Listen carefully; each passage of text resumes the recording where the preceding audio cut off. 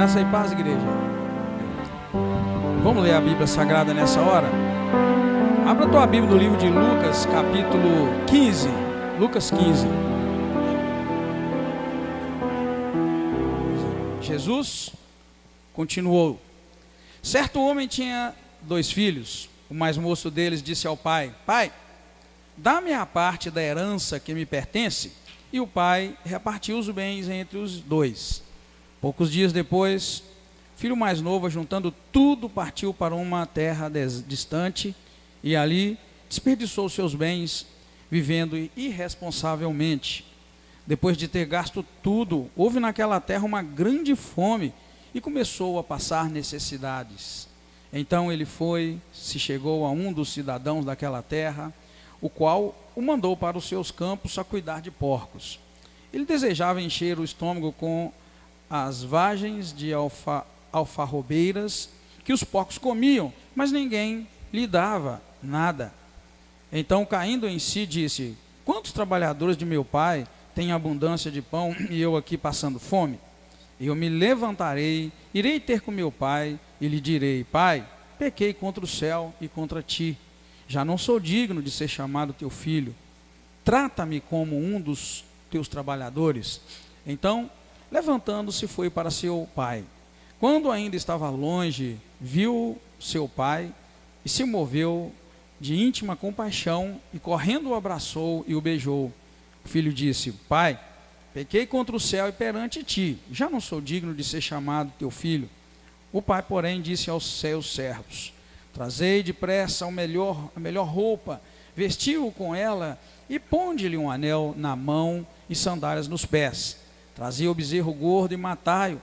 Comamos e alegremo-nos, pois este meu filho estava morto e reviveu. Tinha se perdido e foi achado, e começaram a festejar. O filho mais velho estava no campo. Quando voltou e chegou perto de casa, ouviu a música e as danças. Chamando um dos seus criados, perguntou-lhe o que era aquilo. Ele lhe disse: Veio teu irmão e teu pai matou o bezerro gordo, porque o recebeu são e salvo. Mas ele se indignou e não queria entrar. Então, saindo o pai, insistiu com ele. Ele, porém, respondeu a seu pai: Olha, sirvo-te há tantos anos, sem nunca desobedecer as tuas ordens, e nunca me deste um cabrito para alegrar-me com os meus amigos. Vindo, porém, este teu filho, que desperdiçou os teus bens com prostitutas, tu mandaste matar para ele o bezerro gordo. Respondeu-lhe o pai: Filho, tu sempre estás comigo, e todas as minhas coisas são tuas. Era, porém, justo alegrarmos-nos e festejarmos, porque este teu irmão estava morto e reviveu, estava perdido e foi achado. Eu compartilho com você esse texto e logo oramos. E vamos orar mais, e orar mais, e orar mais.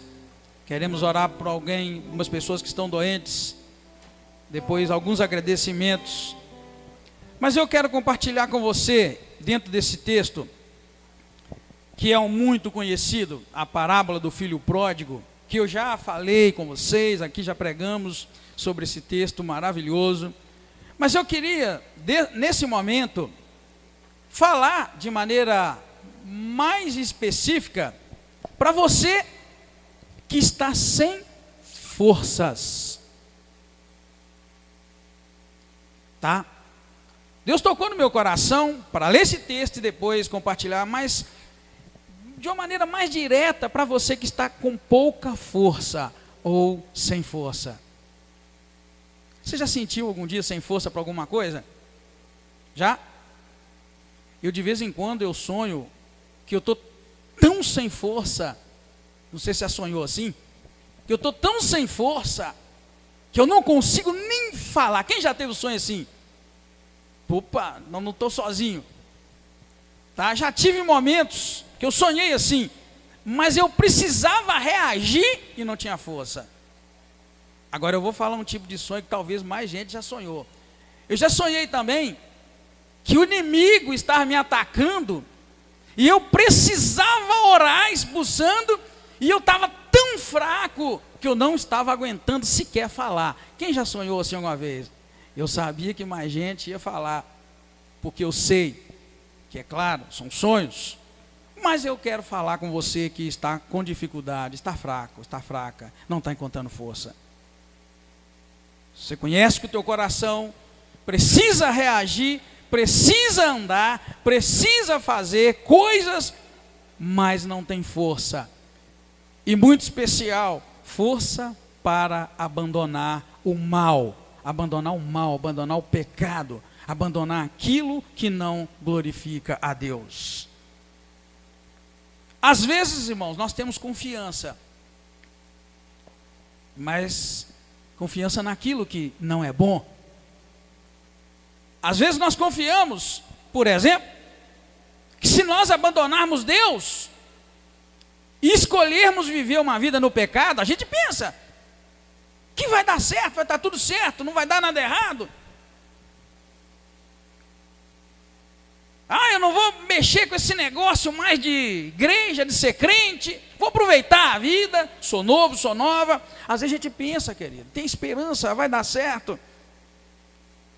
Mas o que esse texto mostra para nós, que esse jovem, menino jovem, eu falo jovem porque a Bíblia fala o filho mais moço daquele homem, aquele camarada achava que ia dar certo. Às vezes, querido, você está na igreja, às vezes você aceitou Jesus, você não se fortalece no Senhor e na palavra. Às vezes você vive na dependência de uma mensagem motivacional, uma palavra motivacional. Às vezes você vive na dependência de ouvir palavras que vão soar doces aos seus ouvidos.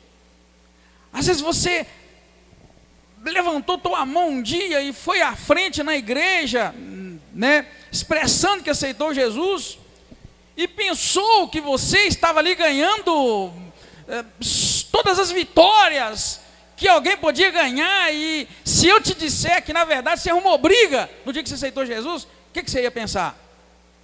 Você sabia que no dia que você aceitou Jesus, você arrumou briga? Você arrumou confusão, ou não? Você arrumou briga e confusão com quem? Acabou, hein? Com ele, acabou.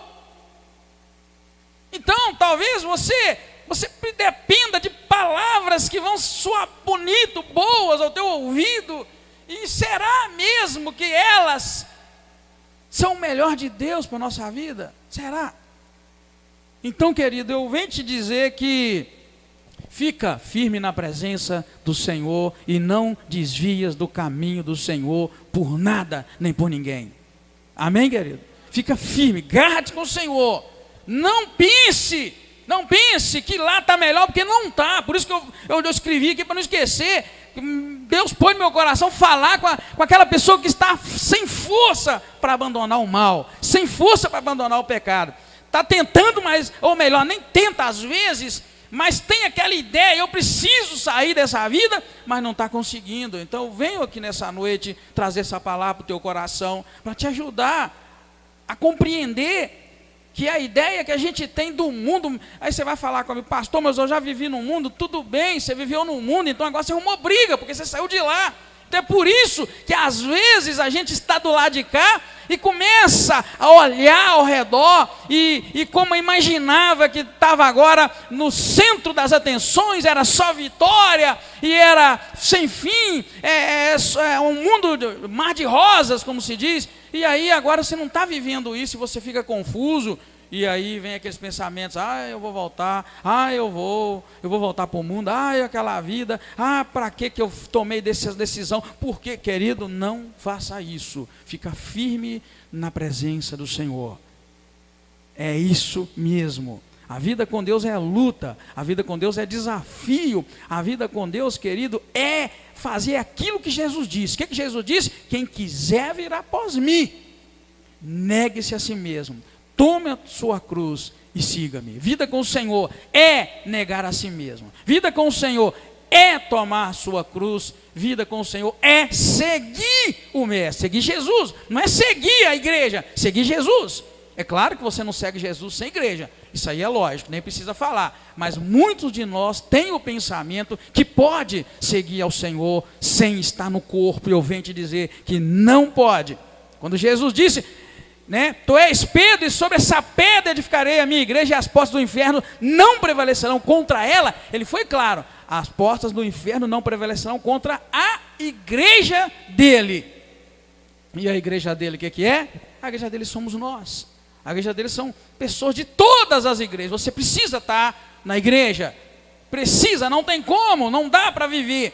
Então, querido, veja bem o que o inimigo tem feito, né? Na verdade, o inimigo tem de tal maneira agido nos corações, tem nos feito então crer e ter a esperança, a expectativa de que posso abandonar o Senhor e eu vou me dar bem. Não vai, não tem como. Nós vimos nesse texto que não tem, sabe? Porque o que o inimigo faz e provoca é nos levar a viver uma vida que desonra o Senhor, nos afastando do Senhor, para que com isso a gente possa, irmãos, causar desastres na nossa vida e em outras vidas com o nosso próprio pecado. Você já notou que quando a gente, irmãos, não caminha com o Senhor, a gente é um desastre? Já notou? A gente é um desastre. Destrói a nossa vida, destrói a vida dos outros. É como aquela pessoa que embriaga-se e pega o carro e vai dirigir. O que acontece com uma pessoa que se embriaga e pega o carro e vai dirigir? Ele vai causar problema para si e para os outros. Dessa forma, querido, o inimigo age na nossa vida para que a gente passe a ser um provocador de desastres. Provocador de desastres. O que um homem, querido, infiel ao Senhor, provoca na vida dele, na vida da família e na vida de outras famílias? O que uma mulher que não é fiel ao Senhor provoca na vida dela, na vida da sua família e na vida de outras famílias? Tornamos-nos ou não nos tornamos um provocador de desastres? Não é? Semana agora passada eu vi uma cena de alguém que pegou um carro para dirigir embriagado e saiu dirigindo embriagado. Pegou uma criança numa travessia. A mãe estava atravessando. Aí você vai falar: pastor, mas estava fora da faixa. Vamos ser sinceros, a gente passa mesmo fora da faixa ou não passa? Mas agora, a forma como aquele camarada embriagado bateu naquela criança e arrebentou com a criança, causou uma grande comoção e revolta. É isso que o inimigo quer fazer com a tua vida, com a minha vida, com a nossa vida. Quando ele começa a colocar na nossa cabeça: ai, não vai dar nada não, eu posso continuar com a vida de pecado que não vai dar nada. Eu posso continuar desagradando a Deus, não vai dar nada. Posso continuar, ninguém está vendo, ninguém está sabendo. Mas na verdade, querido, o Senhor está vendo e Ele não se agrada.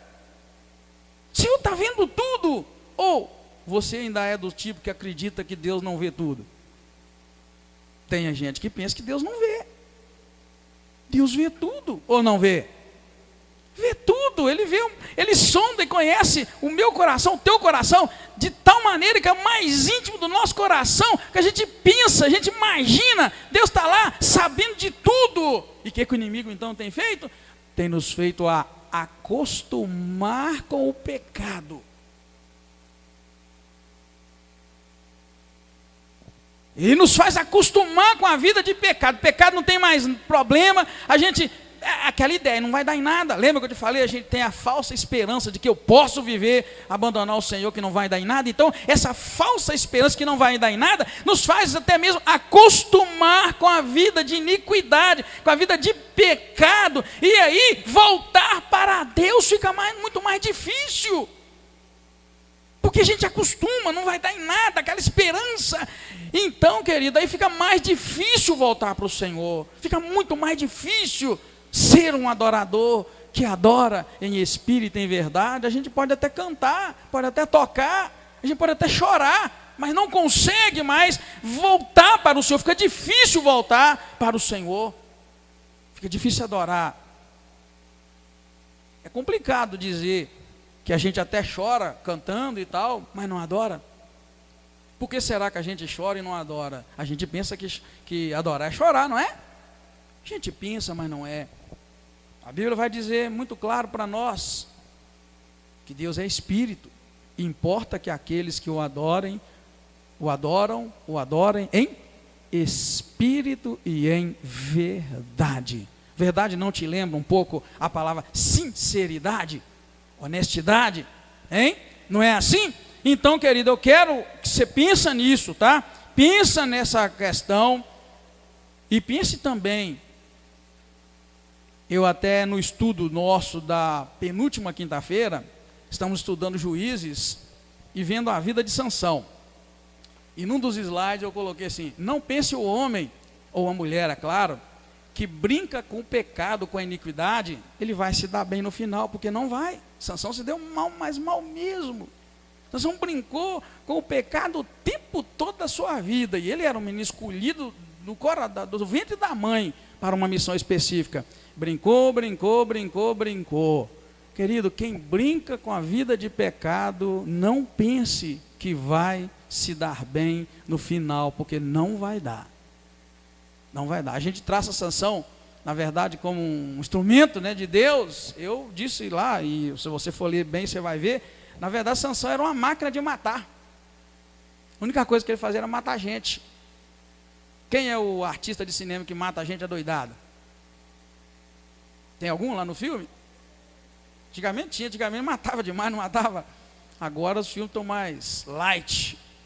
Tinha um tal de Rambo na década de 80, 90. Quem já viu o filme do Rambo? Muita gente, viu? O Rambo era uma máquina de matar. Aquele filme, o camarada derrubava um helicóptero, um cuspe, sei lá. O camarada matava adoidado, ele matava um exército inteiro. Então Sansão era mais ou menos uma máquina de matar. Mas Sansão, queridos, brincou com o pecado.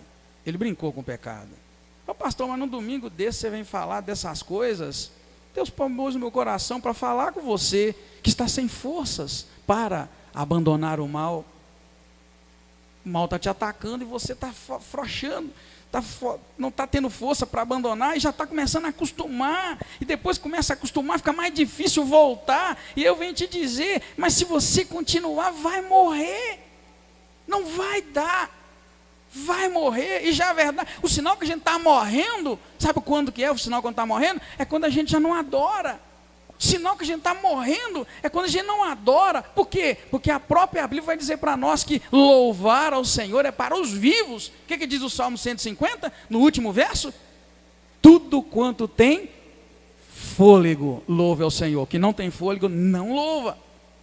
Então, querido, vai tirando de nós o sinal que a gente está morrendo nessa questão espiritual. É quando, na verdade, a gente já não consegue adorar, não consegue mais provar a presença de Deus. Não vou falar sentir a presença de Deus, senão você vai partir para a área sensitiva, a área de arrepiar, de chorar. Eu não quero dizer isso. Eu quero dizer é você provar da presença de Deus. Aquela presença silenciosa que te enche a alma, te enche o coração. Aquela presença que te dá convicção. Aquela presença que te faz continuar. Aquela presença que não te deixa retroceder, não te deixa voltar atrás. Aquela presença que na verdade é resposta completa para tudo. É esta presença que eu quero dizer, presença de Deus. Provar a presença de Deus na vida é isso.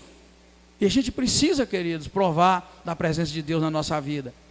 Você precisa provar a presença de Deus na tua vida. É ela que vai te manter de pé. Você sabia?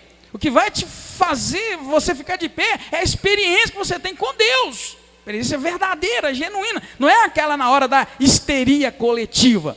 O que é histeria coletiva? É aquele momento que a gente está aqui naquela agitação, a gente arrepia, a gente chora. Eu chamo de histeria coletiva. Porque isso não nos sustenta na presença do Senhor. O que sustenta na presença do Senhor é você provar da presença de Deus. O Senhor Deus não disse, provai e vede que o Senhor é o quê? É bom. Provar é diferente de você ler que Deus é bom. É muito diferente ler que Deus é bom e você provar que Deus é bom. Deixa eu te fazer uma pergunta. Tem alguém aqui que já, não minta, tem alguém aqui que já provou que Deus é bom? Pouca gente provou que Deus é bom. É isso que eu quero te dizer. Então estou falando para você. Provar que Deus é bom, querido. É algo secreto demais, até para descrever. Só quem provou que sabe. Amém? Só quem provou que sabe. Só quem já se deliciou da presença de Deus é que sabe o que é provar da presença do Senhor. Então a gente já não consegue provar da presença do Senhor, irmãos, quando estamos morrendo. E aí, quando a gente não consegue provar a presença de Deus, a gente começa a atribuir o nosso fracasso espiritual. Presta atenção, quando a gente não consegue mais provar da presença de Deus, a gente começa a atribuir o nosso fracasso espiritual às pessoas. Aí a música é ruim, a pregação é ruim, a esposa é ruim, os filhos são ruins. Aí o mundo todo é ruim, só a gente que é bom, porque a gente já não consegue provar da presença de Deus. A gente só começa a ver o ruim, o negativo, e nada mais acontece, e é como uma bola de neve, só vai crescendo, crescendo, crescendo. E aí Deus te chama então nesta noite a buscar força para voltar para os caminhos do Senhor, para voltar para a presença do Senhor. Não estou aqui te prometendo que vai ser mar de rosa, porque aquilo que eu disse não é. Mas a presença do Senhor, irmãos, é melhor do que qualquer outra coisa que possa existir. Lembra lá os rapazes lá na fornalha de fogo? O que adianta, querido? O que adianta viver fora da fornalha, mas sem a presença de Deus? Os meninos tiveram a presença de Deus dentro da fornalha. Está vendo o que é adorar? Adorar é isso, é provar a presença de Deus. Não falei isso? E onde é que eles provaram a presença de Deus? Dentro da fornalha. É isso que eu quero trazer para você, que o inimigo tem soprado em muitas mentes. Está ruim, eu vou partir para o mundo, ou vou ficar lá, porque lá está bom. E eu venho te dizer que não está, porque o melhor de Deus para nós é a presença de Deus. E a presença de Deus está nos lugares mais incríveis que a gente possa imaginar. E talvez Deus queira te levar para um deserto, Deus queira te levar para a fornalha, talvez Deus queira te levar para alguma circunstância. E você precisa provar e ver que o Senhor é bom nessas horas. Por isso eu te trago essa palavra, tá? Mas ficar nessa dúvida no mundo, vai morrer, porque não tem jeito, morre sempre quando nós nos distanciamos do Senhor. É preciso, querido, abandonar o pecado e buscar o Senhor com toda a nossa força, com todo o nosso entendimento. É isso que a palavra vem nos dizer. Amarás o Senhor teu Deus de todo o quê?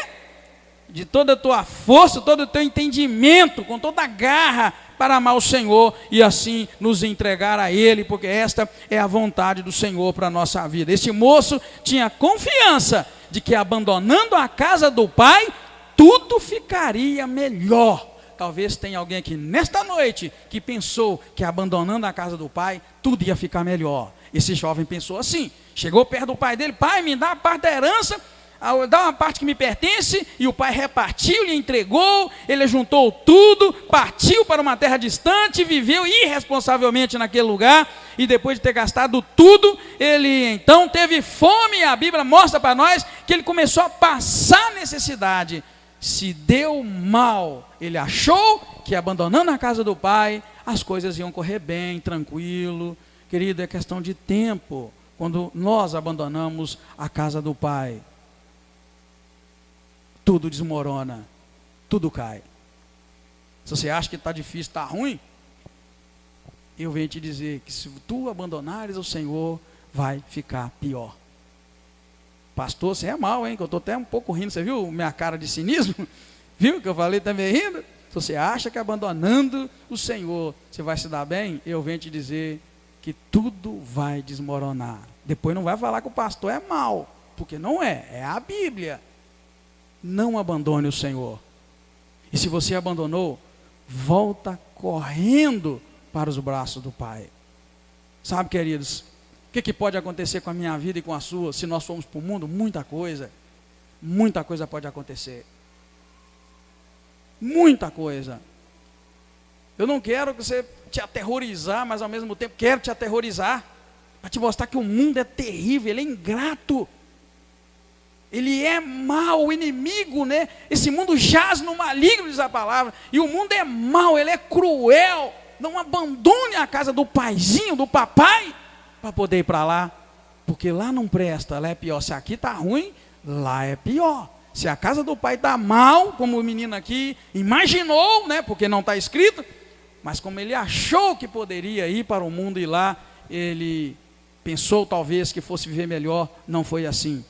Foi muito pior. Desmorona, querido, cai, se deu mal, né? E é por isso que eu digo, não pense a pessoa que brinca com o pecado, que ela vai se dar bem no final, porque não vai. A palavra mostra isso para nós. É mal, o inimigo paga mesmo. A única coisa que o inimigo tem para nos dar, irmãos, é o mal. Então, se você servir ao inimigo, ele vai te retribuir com o mal, porque a única coisa que cabe a ele é isso. E na verdade, irmãos, está na hora de você fazer como esse moço que nós lemos aqui e voltar para a casa do pai. Volte, aí você vai pensar assim, aí eu vou voltar naquele início que eu disse, da esperança que a gente tem de que abandonar o Senhor e ir para o mundo vai dar certo, e vai dar tudo tranquilo, Deus não vai fazer nada, e eu venho te dizer então, queridos, que você pode aí estar num estado de dificuldade, eu não consigo voltar, está difícil, está pesado, eu não consigo. Eu quero até ir mais a fundo nisso, tá? Nós já traçamos esse assunto aqui hoje. Talvez você esteja dentro da igreja e está desviado e desviada dos caminhos do Senhor.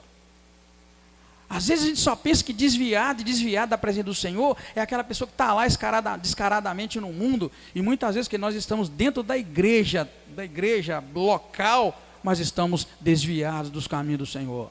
Por quê? Porque já não provamos a presença de Deus há muito tempo. Você orava fervorosamente. Você falava em línguas. Você era cheio do Espírito Santo. Você provava a presença de Deus em qualquer lugar, até na rua, passando. E há muito tempo, querido e querida, você já não tem vivido essa presença maravilhosa. Tu está desviado também da presença do Senhor. Está desviado. E como está desviado? E talvez é pior ainda. Aquele que acha que não está, está. Aquela pessoa que entra ano e sai ano, está na mesma. Lê a Bíblia para completar o roteiro e vir aqui tirar foto. E mais nada. Às vezes nem lê a Bíblia. Está desviado, querido. Qual foi a última vez que você leu a Bíblia? Está vendo, querido? Saiu um estudo recente aí, é coisa de americano, tá? Saiu um estudo recente aí, postaram para todo lado, das pessoas que não leem a Bíblia, das pessoas que leem a Bíblia. Vocês viram aquilo? Viram, né? Postaram por aí, que não é mentira não. Quem lê 4 vezes por semana a Bíblia, as pessoas já têm um benefício tremendo na vida de fé e menos depressão, menos um punhado de coisa. Uma pesquisa que foi feita entre crentes, se eu não estiver enganado, acho que eles entrevistaram, se foi 70 mil crentes, sei lá, eu não lembro bem. Então, querido, tem pesquisa que comprova que ler a Bíblia faz bem, e você, querido, tem tempo que você não pega a sua Bíblia para ler, e hoje não precisa nem mais folhear a Bíblia, hoje ela está até no celular. Quantos aqui não tem a Bíblia no celular? Eu tenho. Só 3, 4, 5 pessoas que não têm. Põe ela lá.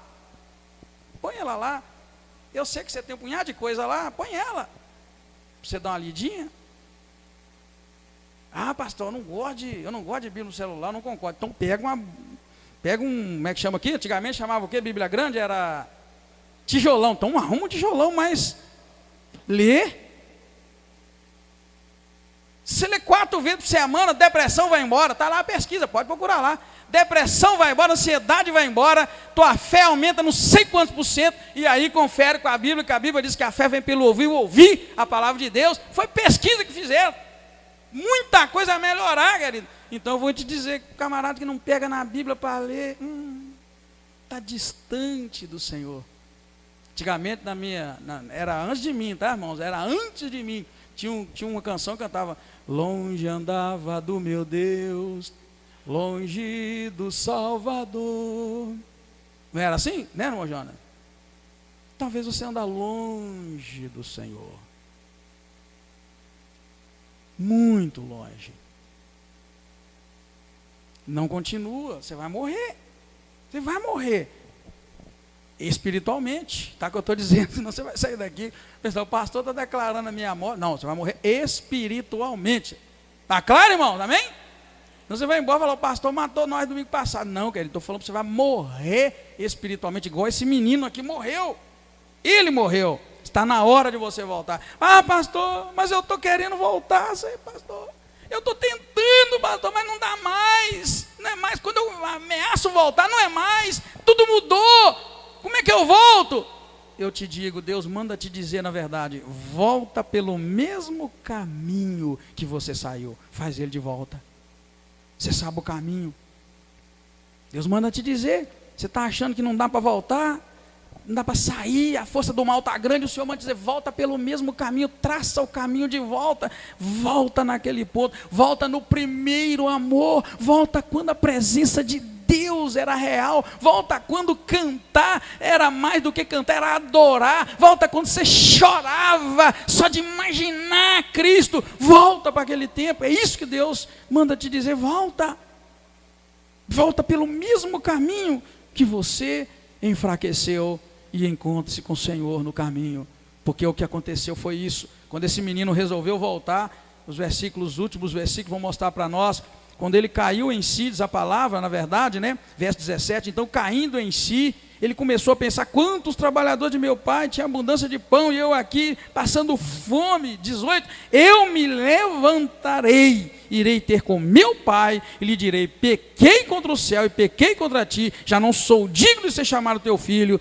trata-me como um dos teus trabalhadores, e ele se levantou e fez isso. Qual caminho? O mesmo caminho que o levou para uma vida dissoluta, o mesmo caminho que o levou para o pecado, foi o que ele fez de volta, querido, e voltou para os braços do Senhor. Baixa a tua cabeça e nós vamos orar em nome de Jesus. Esta é a palavra que eu trago para você nessa linda noite. Você pode estar aqui, teu coração distante do Senhor, abandona o pecado, cuida da obra de Deus, cuida das coisas do Senhor, da obra que Ele te confiou, abandone o pecado, a língua pecaminosa, pare de frequentar os ambientes de pecado, porque você diz, eu não tenho força para voltar, e o Senhor diz, volta pelo caminho onde desviastes. Você já sabe qual é o problema, Deus já te mostrou, já te revelou, já te mostrou, é hora de agir, é hora de levantar. Oremos, queridos, em nome de Jesus.